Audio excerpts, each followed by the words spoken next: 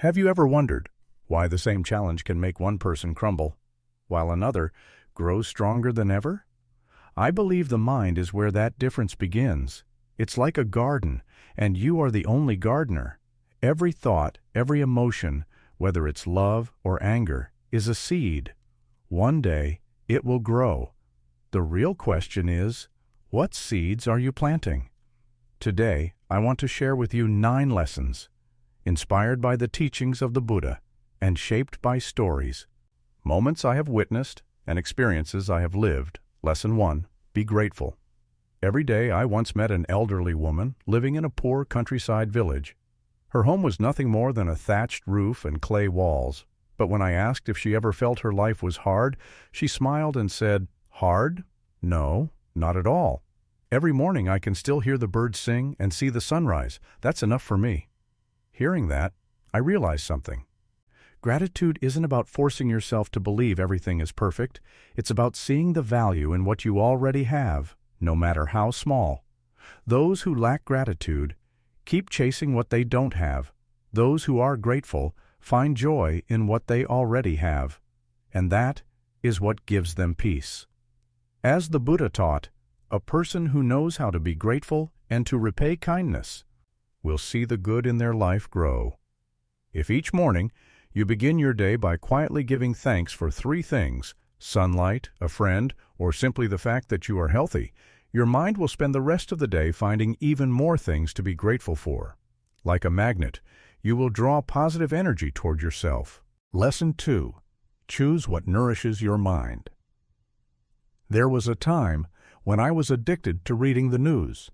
Every morning, the moment I opened my eyes, I grabbed my phone and scrolled through dozens of negative headlines.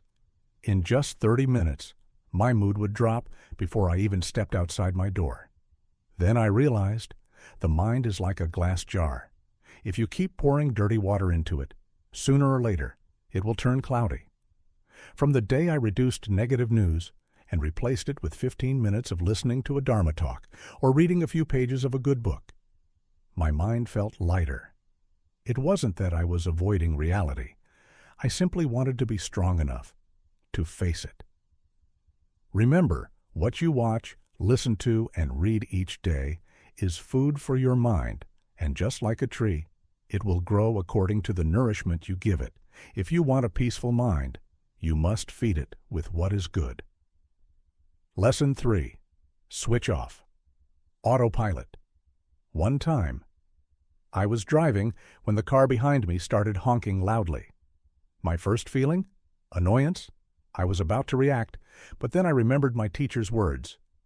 Emotions are like clouds. They will pass if you don't hold on to them. I took a deep breath, relaxed my shoulders, and kept driving. Just those few seconds of pause saved me from turning a small incident into a big conflict. We often react out of habit, and most of those habits are negative. But you can train yourself to respond instead of react. Between what happens and what you do, create a pause. That pause is where wisdom appears. Lesson 4. Turn challenges into opportunities. Some events arrive like a storm, sweeping away every plan you had built. I know that feeling. I once spent nearly a month in the hospital. At first, all I could see was loss.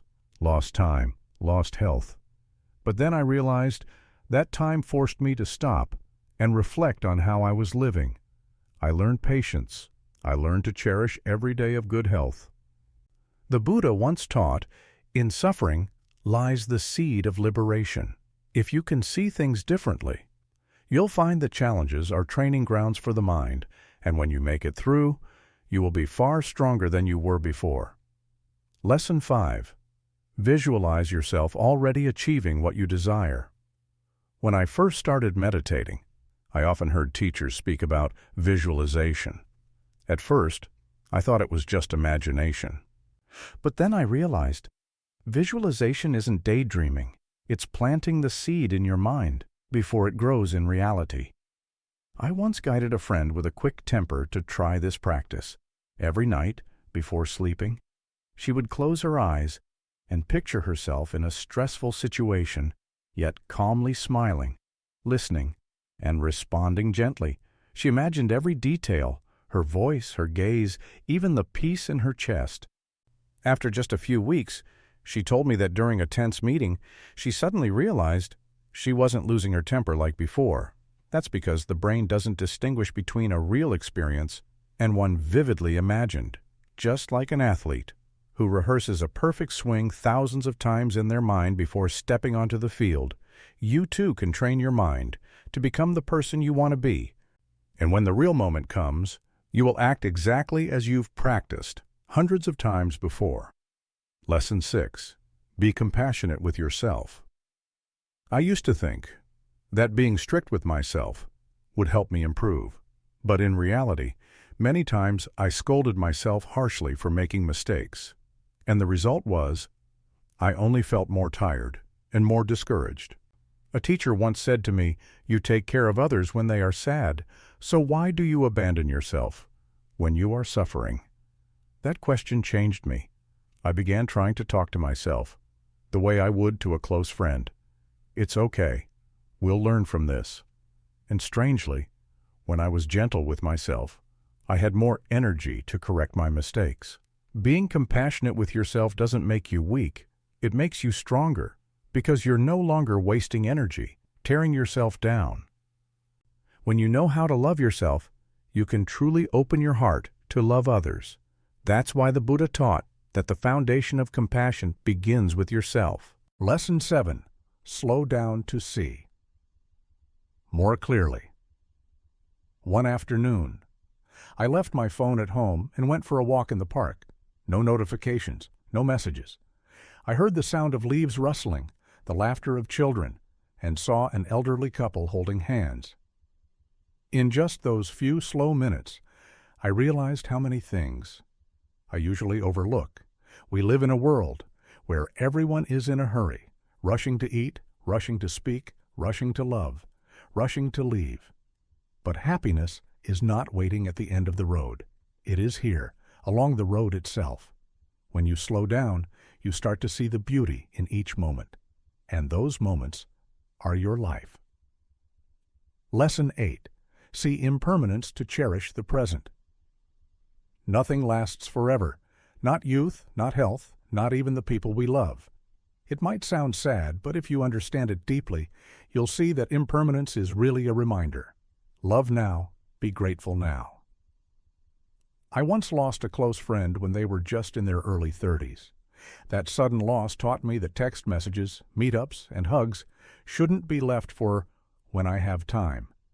The Buddha once said, "All conditioned things are impermanent." When you accept impermanence, you start living more fully because you know that today might be your last chance to say, "I love you," or to do something good. Lesson 9. Thoughts are the seeds of reality. There's a saying I always remember. What you think, you become. Every thought is a seed you send into the future. If you often think about gratitude, about kindness, you will see more of those things in your life. But if you feed resentment and envy, you're planting for yourself a garden full of thorns. I've built a simple habit. Whenever I notice myself thinking negatively, I don't try to force the thought to disappear. Instead, I gently replace it with a better thought, just like a gardener pulling out weeds and planting flowers. Do this long enough, and the garden in your mind will be completely transformed. These 9 lessons aren't meant to change your life overnight. They are like seeds. They need time and daily care. But little by little, you will feel your mind grow calmer, your heart grow wider, and your way of seeing the world begin to shift. Remember, you reap what you sow. And if today you plant the seeds of love, gratitude, and compassion, then one day you will find yourself sitting in a garden full of blooming flowers in your own mind. These 9 lessons are not meant to change your life overnight. They are like seeds. They need time and daily care. But little by little, you will find your mind growing calmer, your heart growing wider, and your view of the world gently transforming. Remember, you reap what you sow. And if today you plant the seeds of love, gratitude, and compassion, then one day you will find yourself sitting in a garden full of blooming flowers in your own mind.